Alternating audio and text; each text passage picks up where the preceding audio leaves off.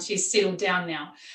Welcome to this webinar again with Carlino Cuono, right? I feel like we went over this, but so I'm super excited to have Carlino talk today, and I'll tell you why in a minute. And I see we have 137 of us on this call today, which is so cool. I came across Carlino. So my name is Annette Kendall, for those of you who don't know who I am, and I am the director of the Center for Entrepreneurship and Innovation, which is housed in the Trueless College of Business. So we do events we don't work with students who have businesses already. What we do is create events with the purpose of inspiring and empowering Mizzou students to, start to think, I could probably run my own business, or I could invent something, or I could do something out of the ordinary. And one of the programs that we're running, that we piloted this semester, and we're launching formally next semester. So for those of you who are interested, reach out to me. We have this very exciting program going on where you get independent study credits for apprenticing with a frontier tech startup. So super cool program.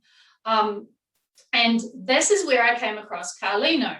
So we're piloting this program this semester, and Carlino is actually working with a frontier tech company, construction tech company called Forsight. And he talked about how he's at Stanford doing civil engineering. And when COVID came along, he put his degree on hold.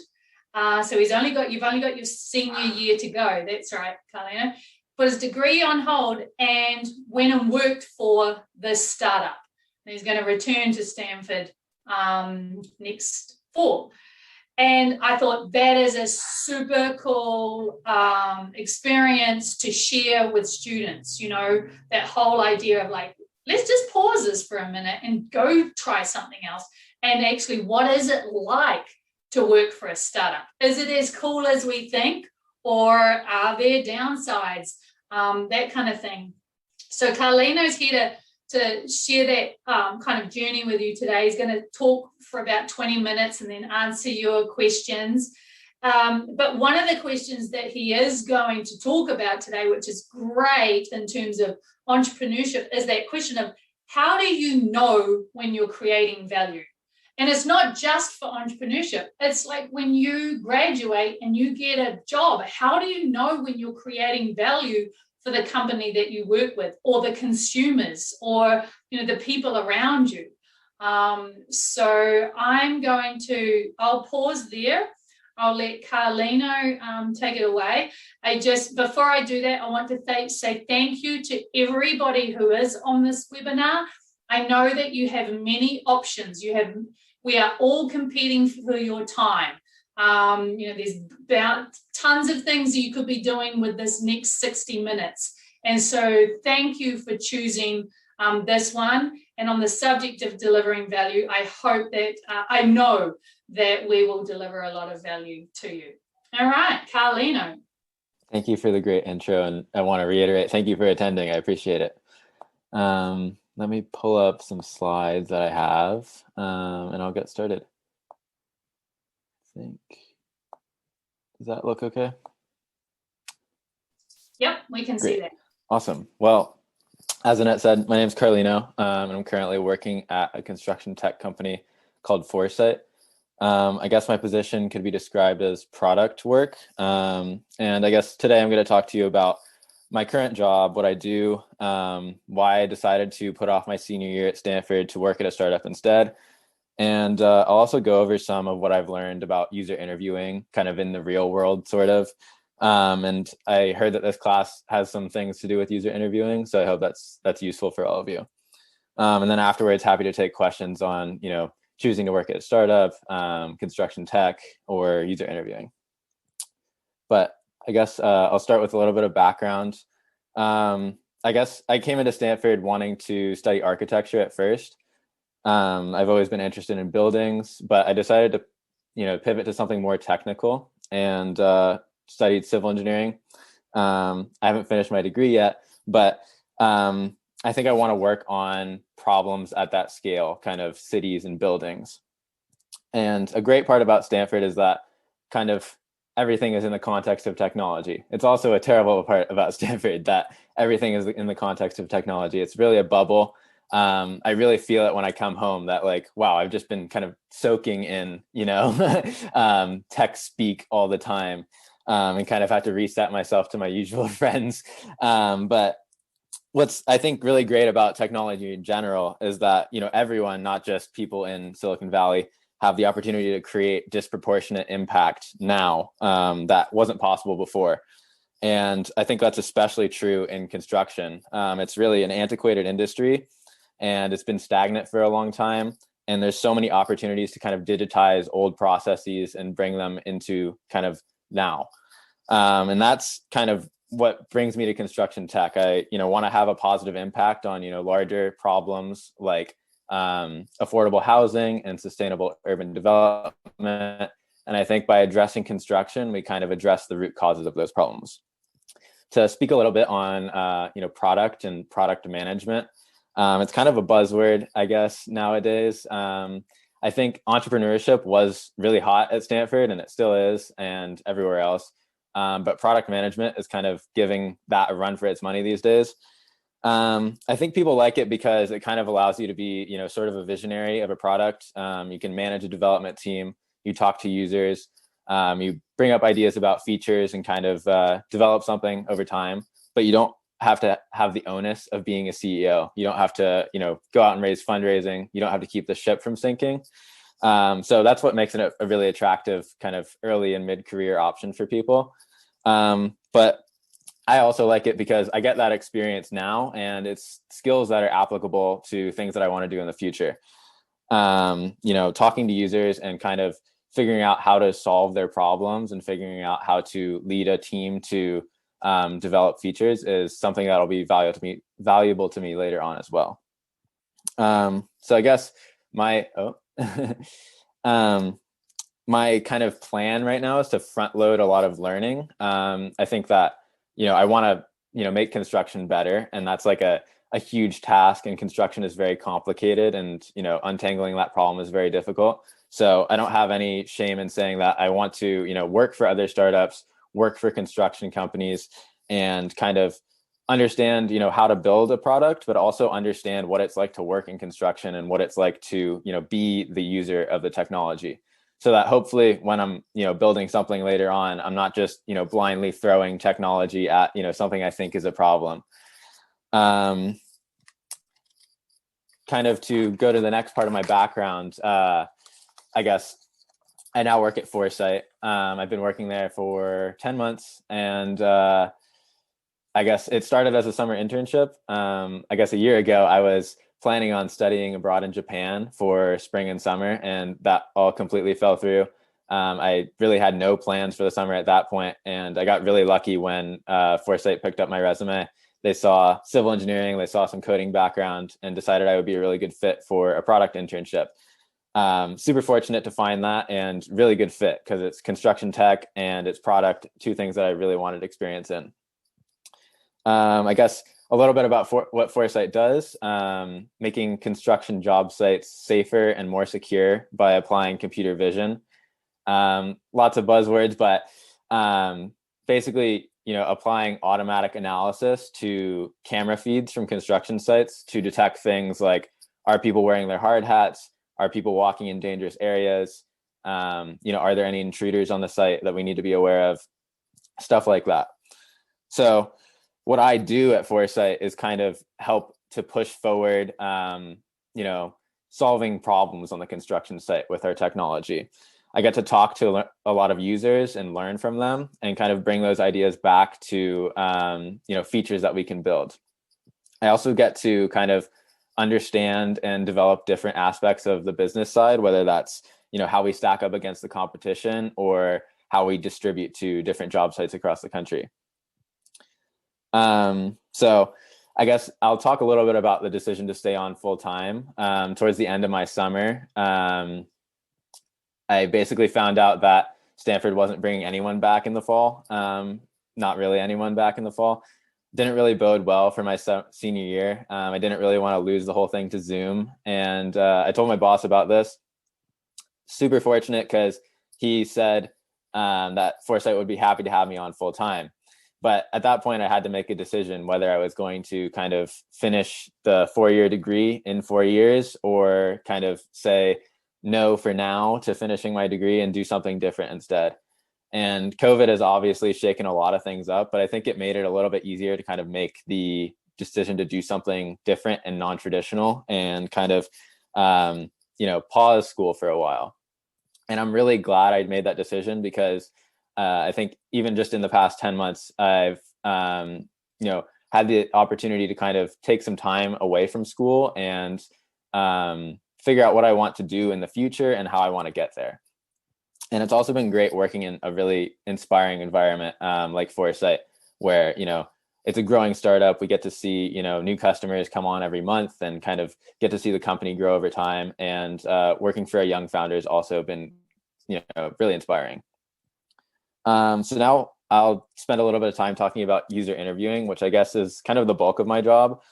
I think like overall, it's critically important at a startup, especially to understand your user and establish that understanding early on, and then kind of reestablish it as you go on. So that's kind of the main point of user interviewing, is just to understand, what's unique about your user group, what's different about the segment that you're talking to. It's not just like you have to narrow it down from just like all people. And that kind of impacts, what you'll build and kind of impacts the constraints around what your solution looks like. We also interview to build user empathy, which kind of just means like understanding how your users feel, how they interact with things at their job, how they might interact with your product. And it's also kind of this idea of building a model of the user in your head, something that you can kind of test ideas against and, kind of think like, would they like this? Would they not? Based on conversations you've had with them. Finally, and I think most importantly, we user interview for need finding purposes. This is basically, looking for pain and looking for frustrations that we can solve. You really can't just throw a technology at something and hope it makes it better. You have to, really find a specific real problem that you're trying to solve. And although like talking to users won't necessarily tell you what to build, like for example, at Foresight, we know that safety and security on construction sites is an issue. People get injured, people die, and security is theft on job sites is a huge problem.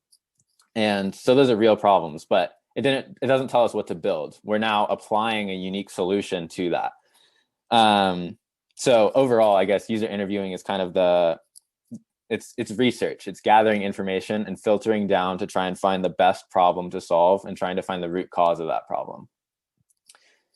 A couple of things to avoid. It's not really just yes, no questions. You really need to get deeper and to kind of understand their perspective and their worldview and why they do the things they do. You don't want to use leading questions, and you don't want to come in with any preconceptions about, answers that you want to hear. And kind of an extension of that, you don't want to go in looking to find justification for what you already know you're going to build. And so you can't really, like, I have this great idea for this thing and I know these people are going to use it. I just want to go in and, get some confirmation that they'll use it. You're really trying to go in and break models that you might have and figure out why they might not work, so you can make a better product in the end. I'll go over a few different kinds of user interviewing. There's like ethnographic user interviewing, jobs to be done. You can do surveys. What I've focused on is kind of short form interviewing. I'll call it 80-20 interviewing. You can probably get 80% of the insights that you would get from, a 5-hour ethnographic interview from, about 20 or about 30 minutes, 45 minutes of actually, actively listening to the person. So what you choose kind of depends on how much time you have and how many people you want to talk to. There's also different kind of varieties of these, I guess. There's exploratory and validation. When you're doing exploratory interviews, you're kind of in sponge mode to kind of understand the user as much as possible, kind of really get into their shoes and, find pain points to solve. When you're in validation mode, you kind of have an idea of what the pain points are. You might have an idea of some solutions, and you're kind of trying to figure out if they fit or not. So at Foresight, I went through a phase of kind of validation interviews, kind of talking about safety and security with people, making sure that was a confirmed, problem space to work on.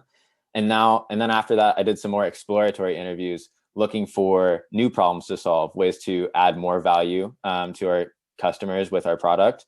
And now we're getting ready for another round of validation interviews where we're going to talk to people about some hypotheses we have on different problems and different solutions that we might add to the product. So some key concepts that I try and keep in mind every time I do a user interview. Context matters. So if you're able to do these in person, like body positioning, things that they're doing with their face or different noises that they make, it all kind of builds a better picture of, their perspective and kind of why, certain things might frustrate them or they feel certain ways about different things. Every person that you talk to has a unique frame of reference, and it's important to remember that their frame of reference might not be universally true. You can't just talk to one, project manager and expect that all project managers think the same. You have to really be, curious about why they make the decisions that they do in their day-to-day. And really, the goal is to understand their true experience of, life and their job. User interviewing is a delicate balance of active listening and critical thinking. Basically, you want to, be in a frame of mind where you can encourage responses, both verbally and non-verbally, and, kind of really be focused on listening, but also you need to be ready to ask the right question at the end, whether that's asking why about a specific thing or, digging deeper in a specific area. And something I try to aspire to, the best interviews help people understand their own world a bit better. You've covered a lot of ground. You've, asked them really insightful questions and really found, that they can understand their own frustrations or own problems a little bit better because of the questions you've asked them. And, it's okay to kind of steer to a topic, but you want to remember that you're looking for the best real problem that you can solve. So you don't really want to suggest that, there's pain somewhere where there really isn't. Some parts that I try to implement in my interviews, I create a guide for all my interviews. It's not really a script, but it has a few clear, concise questions to cover and, the basic beats to hit. I guess in terms of questions, like you can start with, a clear, concise question about their job, but really the main meat of the interview is going to be follow-up questions. A little bit of structure that I like to follow. Basically, I like to give the interviewee context about why I'm talking to them, set expectations for, how long it's going to take, whether it's being recorded or not, and then build rapport with them. Basically, conversational stuff to kind of gradually build up into remembering experiences. So like, oh, what's your current job? How long have you been working there? And then build up into, how did you get to this position? Kind of build up into this remembering mode for them. Next, you want to kind of ask, walk me through a day in your life, or walk me through, what a day is like for a project manager, and kind of see where they take that, get context about, their job or, whatever it is you're investigating. And what I mean by follow the emotion is kind of, if you detect any, frustration or happiness or, anything behind a response, you kind of want to ask why and dig deeper and see if you can find the root cause of that. And then towards the end, you might have some ideas about, what certain problems are, and you can test hypotheses by kind of, framing it as a problem you might want to solve. You don't necessarily want to ask them if they would use your solution, but you might ask something like, if a solution to this existed, would you be open to using it? Kind of to gauge if there would be, appetite for an alternative. And one thing I always do is leave time for one more question. Basically, anything else to add, or is there anything that you would think would be helpful for me to know? And I think that sometimes the best insights come at the end of the interview when you've kind of gone through all this stuff and you leave some space just for them to, talk about whatever they want to talk about. A few quick best practices: have a dedicated note taker and record the conversation if possible, so that, the person actually interviewing can focus on active listening and critical thinking. You want to schedule for fast iteration, so that you can, quickly revise and jump back into interviewing, and also for pattern recognition, because if you do them over a long period of time, your memory is going to kind of change what you observed. And also a quick tip is that if you're doing exploratory interviewing, after about 6 or 7, the insights should begin to converge. Otherwise, you might be approaching too wide of a space or too wide of a user segment. You want to communicate timing and expectations early and often. So how long it's going to take, we're about halfway. Basically, your job as an interviewer is to make sure that the interviewee is comfortable. They're being vulnerable with you, and you have to be there for that. You have to be a good empathetic listener and kind of just do everything you can to keep them comfortable. Included in that is kind of being on time. You definitely don't want to be late, because users have given you their valuable time, and you really want to be respectful of that. Things to avoid: you don't want to be too fixated on a hypothesis. Really, you're there to kind of understand their worldview. You're not really there to kind of workshop a problem statement. You don't want to create a persona of the person you're interviewing while you're interviewing them. It kind of results in you having assumptions about certain ways that they might act, and those assumptions are usually false. You definitely don't want to ignore inconvenient details. For example, if I was talking to certain people in construction and they said safety wasn't a concern, or they didn't really care about safety, we probably couldn't build the product we're building now. Luckily, people do care about safety, but you don't want to ignore things that might be inconvenient to your product. You need to pay attention to that, and it's often good to break your model and build a better one. And finally, you don't want to forget to be human. It's supposed to be an empathetic person-to-person conversation, and that's pretty much the most important part. There's a few allowances you have to make in reality. So in my day-to-day job, most of my user interviews are one-on-one over the phone. I'm frantically typing notes while I'm trying to actively listen to them. And I'm, often collecting insights in bulk after 4 to 5 interviews. So it's important to remember that it won't always look like a perfect user interview where you have a note taker and you have a camera and it's all going well. You have to make it work, and you have to, really figure out how to get the bulk of it without, having the perfect environment. So in terms of applying all of this, I think in product development, it's really important at all stages to be in close connection with your users. In the early stages, we use exploratory interviews to kind of understand your users and to strictly define a problem. So like I said before, it's hard to have success if you're throwing fancy technology at something you think is a problem. You really need to define a real problem that people have and solve the root cause of it. In the later stages, it's important to do validation interviews to kind of gather more info, keep in touch with your users, test these hypotheses you have about certain problems, and drive effective implementation by kind of fitting your product into what users are expecting. Generally, I think that listening to those around you can benefit you and your company greatly, because understanding where your customers' frustrations are and where your company or you can fit into that is basically, how to make your company a better place. And it's important to also remember that you can provide value by solving their problems or even just listening to them. Sometimes people are just looking to be listened to, and that's also helpful to remember. So in my opinion, you're creating value when you can clearly see things from another person's perspective, communicate these insights effectively to a decision maker, and ultimately contribute to providing a better work experience for your customers, users, or coworkers. We can apply the skills of user interviewing in many different contexts, both formally and informally, to learn more about the people around us and the problems and frustrations they face every day. With the insight into their lives, we can be more empathetic towards them and build better solutions that actually address their needs, wants, fears, and frustrations more directly. thank you for listening, and I'm happy to take any questions about any of the topics I covered or anything else. All right, thanks, Carlino. So yes, special welcome to my Management 4740 students who are here this afternoon. This is their class time, and everything Carlino has just talked about directly relates to what we're doing in this class. Management 4740, it's only offered every spring for those of you who are interested.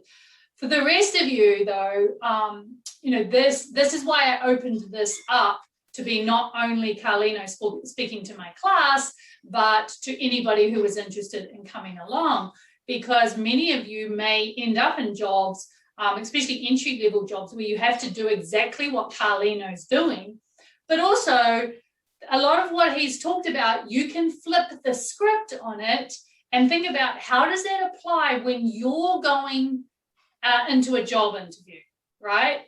So how does active listening apply? How does making the person who's interviewing you feel comfortable? Asking them when they say, any other questions, or do you have any questions? Yes, what is the problem you're trying to solve for your customers? Or, the role that you're interviewing for, what is the problem that it solves? All that kind of thing.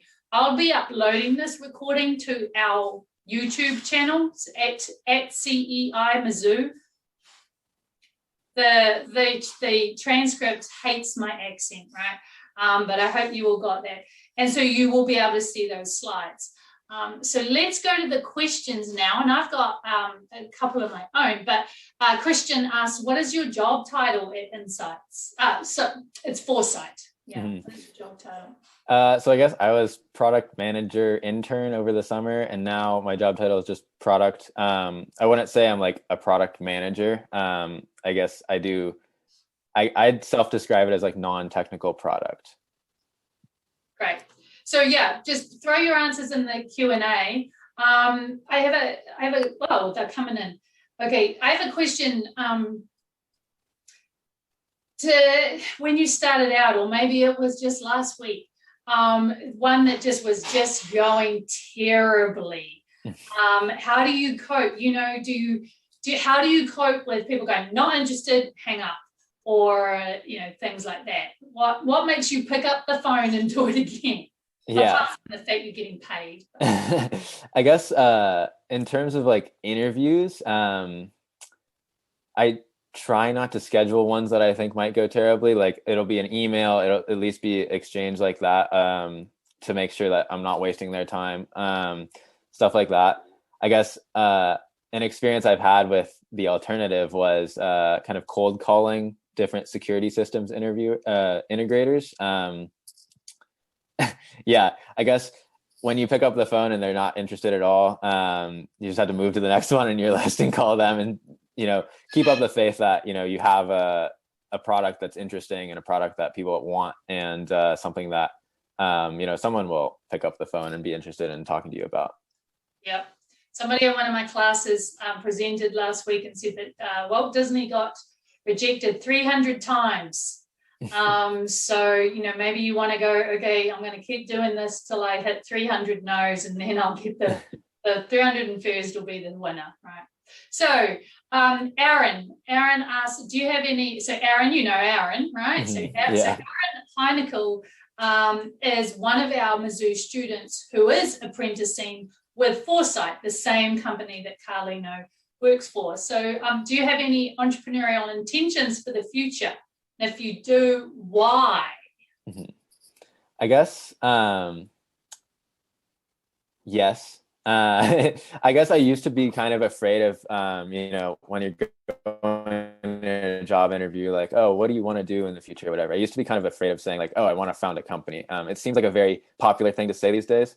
I think I do. I think I want to, have, big impact on the world and these problems that I'm interested in, like affordable housing and sustainable urban development. And I think, I don't think I'm ready for that right now. I think like going out and founding a company right away out of college is great or whatever. But I don't think for the problem that I'm interested in, I'm ready for that. I think that I do need more experience both in, startups and operations, and also understanding construction and understanding the problem that I'm working on. A lot of startup founders, the best ones or whatever, are in their 40s because they have industry experience. They've understood, what it actually is that you need to change about the industry to progress it. So yes, eventually I do. And I guess the why is to have big impact. Yeah, we see that a lot. And you're right, Carlino, that most entrepreneurs are actually in their, late 40s to early 60s. That have had this career, they've developed some knowledge, they have some networks, and they've figured out, hey, I think I can do this better, right? So Jack asks, in terms of the interviewing, what's more important? Is it more important to understand and give feedback to the interviewee, or is it more important to just be an active listener and soak up the information? I guess that is the thing. You want to be reacting, but then you also want to be taking it in. Mm-hmm. Yeah, I guess the active listening it also includes kind of stuff like nodding and and like kind of verbally and non-verbally encouraging good responses, whether that's like echoing back what they said to you, confirming your understanding, like that.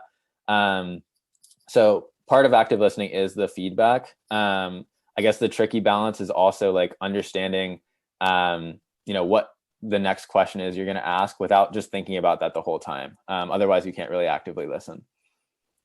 Yeah, that is true. So there's a couple of questions on the same line here, and this anonymous, the person who wrote it, but it's exactly the question I asked too, that when things open back up, will you really go back and complete your senior year? I think you will, or will you continue working? I do have plans to go back in the fall for sure. I definitely want. I'm so close now. I might as well finish up. Yeah. And was that on your mind? Like, I know, was it a fear? Like, well, if I stop, what if I never go back? Did that enter your mind that it was a possibility? Yeah, I guess. I guess I'm also fearful of like, if I go back, like, am I just gonna have forgotten how to do school? Because it's definitely different. I think I was lucky that, Stanford is kind of offering like one class to people, even if they're on a leave, to kind of, I guess, make up for the fact that they weren't able to bring people back and stuff like that. So I've been able to kind of stay engaged with school a little bit, to kind of, stave off both, being too disillusioned about it or, not really understanding how to get back into the fold. So I hope that pays off.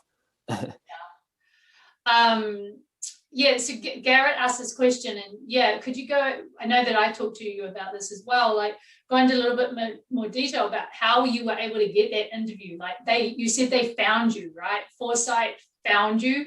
How did that happen? Where did they find you?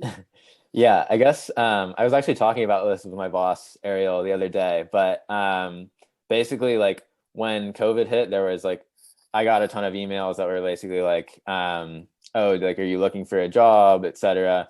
Tons of people were looking for jobs and tons of people were also, sending out resources for these things. And at that point, I didn't really have any other options. So I was basically just putting my resume onto, different Airtable documents, putting them out there and just seeing what might happen. I did not get a lot of other response, but it only took the one, and here I am now. And I think that that's kind of a testament to, doing a lot of little things and doing the little things right, is important. And I guess there is like a top end to doing too many things. I think you can definitely spread yourself too thin. And when I'm at school, I definitely kind of tend to do that. My friends know. But I think like being able to expose yourself to as much opportunity as possible and being ready for it when it's there, is definitely, everybody says it, but that's how it comes to be. Right. Yeah. Let's talk a little bit about, working for the startup. So, it's fast paced, it's inspiring, especially you're working for, a young founder, Ariel. What are some of the why are you comfortable talking about their downsides? Is this something you would recommend to students once you graduate, go work for a startup? Like, what's the downsides? Yeah, so I guess I'm in an interesting position because working for Foresight has been a really great experience over the summer. Also, in the kind of that same flurry of looking for things to do, I got another internship that was part time, and I guess it wasn't at a startup, but it was at kind of the startup equivalent in venture capital. Um, Much different experience, completely unpaid, and like I did learn a lot, but I think in terms of work environment and in terms of what the expectations were, it wasn't really as good. And I think like it's kind of hard to tell before you're there, but you can kind of get a gauge of it from talking to whoever's employing you, to see if it's going to be a worthwhile experience or not, and kind of try to avoid some of those downsides. But I definitely think it's especially with students like looking for jobs and looking for experience at startups and stuff like that, it's definitely easy to kind of stumble into something that might not necessarily be the best work environment, might not necessarily give you what you're looking for. So definitely important to be a little bit cautious around that. Yeah, we know that generally people don't tend to stay working for a startup for very long because it can turn out, so entrepreneurs and founders can be super, passionate, but also, maybe they don't have interpersonal skills as much. Steve Jobs, not known for his interpersonal sensitivity, right?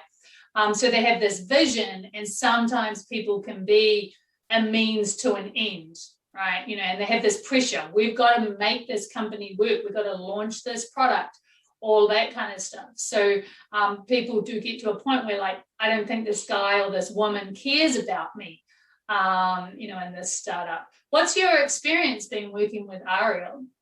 Oh, he's a great boss. This is being recorded. So. Yeah, he's a great boss. I think he's on here now. I'm not lying. He's a great boss. Like I haven't worked for that many people, but he's the best boss I've had. I really like, he's not like lost in the Foresight vision. He really cares about his employees and cares about like my career going forward too. And that's been a really great experience, and I'm really appreciative of that. Just very fortunate. So having taken this year out, are you going back to Stanford with, is there anything you're thinking about changing in the way that you perceive your classes? Do they have more relevance now? Or is there any, habits or strategies that you think you're going to employ? Yeah, definitely. I think like taking the time away from school has given me a lot of opportunity to kind of have some perspective on like how I spend my days at school. Previously very hectic and like jumping to different things and doing lots of extracurriculars. I think I'm going to stop doing a few of those extracurriculars, just to have more time to kind of focus on whether that's coursework or friends relationships, or just learning more and going to like maybe different speaker events and stuff like that. I would guess kind of in a different way, working at a technology startup has kind of made me feel like I need more technical classes. So I've been thinking about changing my master's program to computer science. By the same token, I don't know if that's completely necessary for what I want to do. So that's kind of a decision that I've been, mulling over for actually a few months now. And I've had the opportunity to kind of think about that and kind of also talk to people that work in industry, to kind of, get their opinion on it and stuff like that. So yeah, I'd say there's a few things that I would change. And I'm glad I have the opportunity to kind of take some time to think about that and refocus going into my senior year. Great, good stuff. So shifting back onto the interviews now. So Stephen has a question here. It's two parts. So what perspective do you have in your occupation of work dealing with perspective growth through customer interactions? And follows that up with, do you believe that the customer is always right, or do you beg to differ? Yeah, I guess, sorry, could you repeat the first one? Yeah, so that what perspective do you have in your occupation of work dealing with perspective growth through customer interactions? I see. Yeah, I guess I I think that it's definitely important to like listen to your customer and kind of, especially at the early stages, you're gonna be, working your butt off for a few customers and really trying to make the product right for them, because you don't want to lose them once you have them, and you're not really focused on kind of mass appeal. So I think the priorities shift once you have a lot of customers, and you might not necessarily change every little thing based on what one person said. But in the early stages, when you're looking for, kind of a fit with your current customers, it's definitely important to take in their input. That kind of relates to the second question. One thing that I've learned, or that I've been told also, is that if a customer says like, you need to build this would be really useful for me, it's not necessarily the thing you're going to go and build. I think that what you get out of a user interview is never one answer like, okay, we're going to build this. It's usually just a perspective on a problem and hopefully a deeper understanding of how the other person sees the world. For example, in one of my classes, we were doing user interviews, and we were talking to building managers, and we were asking him about like different problems he has with management, how, he has to bring maintenance people in and stuff like that. And then he was like, yeah, if there was just like a really long vacuum that I could use to go across the atrium so I could vacuum off the sill, that would be great. You guys should build that. And we were like, okay, yes, that would be great. That would solve his problem potentially. But at that point, you have to ask like, why? And like, what would that clear up? And we found out that, normally a maintenance person has to come in, it interrupts the schedule of the building, stuff like that. So that informed more of, the bigger picture. You can't just take what they say completely at face value. There's kind of like, I don't know, something about Steve Jobs again, how he said, if you asked the customer what they wanted, they would never have come up with the idea of the iPhone, right? Mm-hmm. So, yeah. Amy asked a great question here. Are there any red flags to pay attention to in interviews? Yeah, I guess I'm sure there are. I have to think a second. I guess kind of like that's something to perk up to for sure, is like if someone says like, oh, if you had this, like, or like this feature, like you need this exact feature, kind of like real specificity about like certain thing that they want. That's like a red flag to pay attention and to kind of dig deeper. I guess in terms of like other red flags, I'm not too sure. Like things to avoid, I guess. Yeah, I guess I would just pay attention to their emotions. Like if they seem very frustrated, or they're talking, even if they're just talking about their day and something changes the way they're talking, that's something to pay attention to and to dig deeper into as well. Yeah.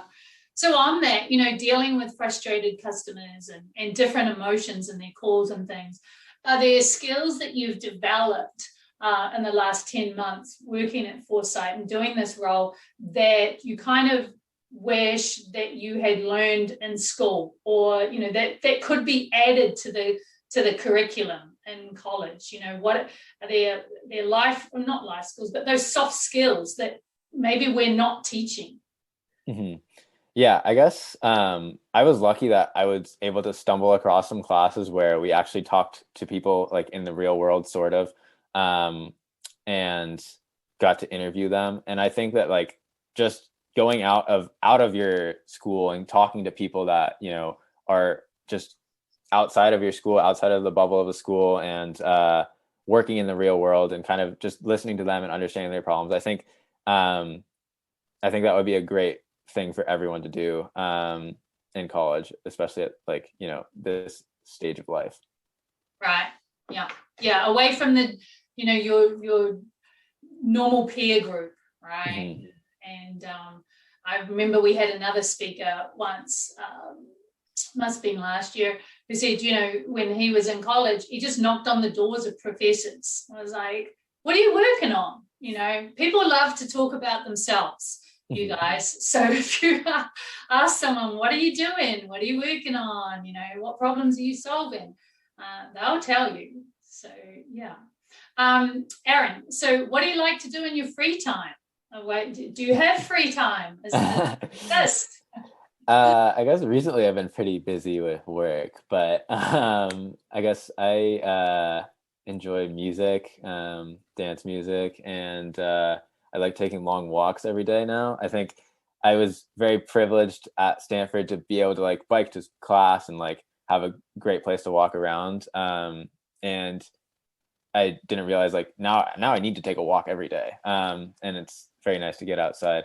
I play lacrosse. I haven't really played in a year because of COVID, but that's something I like to do.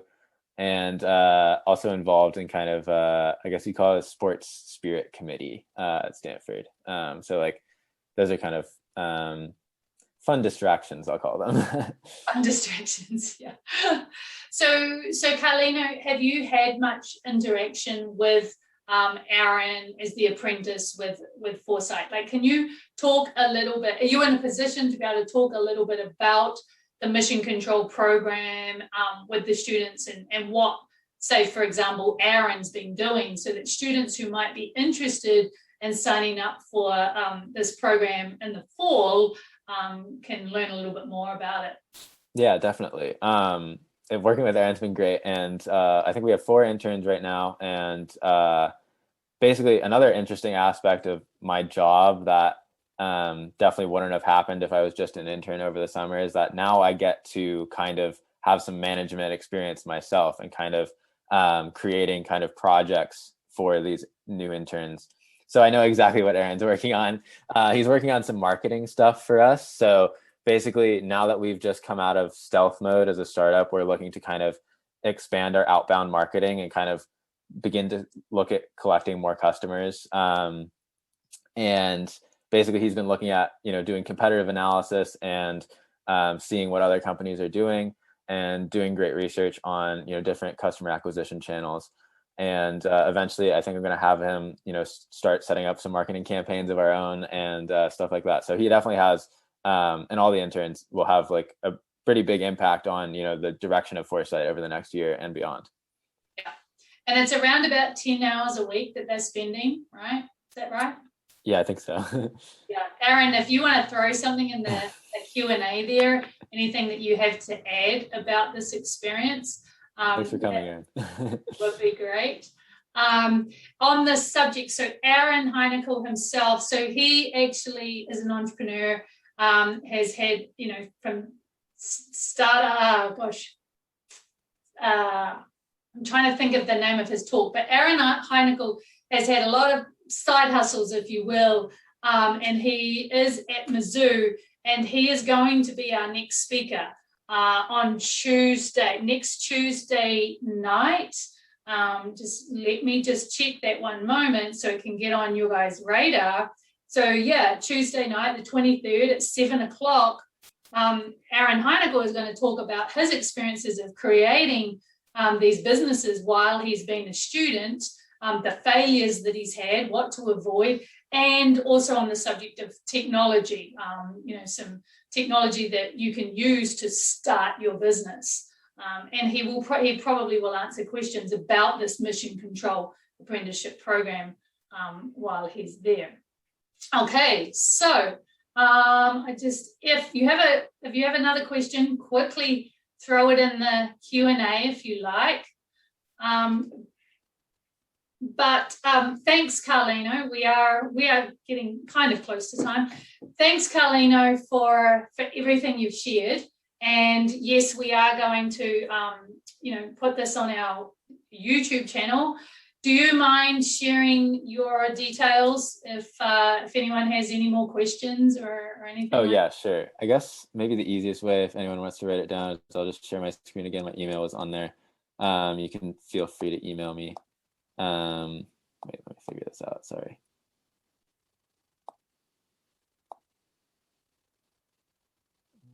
That's not it. Oh, can you see this? Yep. Mm-hmm. Yeah. My email is cuono@stanford.edu. Yeah. Yeah. So feel free to email me if you have any questions or want to talk more about construction tech. I I guess, a pretty big construction tech nerd now. And I do think like, that's what's kind of interesting is like being in the industry and being able to talk to people that are also, nerds about the same technology that I'm interested in has kind of, affirmed my belief that, it's something that I can do with my life. It's something that I, can follow in my career. And yeah, so if you're also interested in construction tech, let me know. That's great. Yeah, just trying it out and finding out, is this my space? Are these my people or not? And if it turns out they aren't, well, then you've eliminated one option, right? So it's still progress. Okay, I'm going to share my screen, you guys, for the QR code. I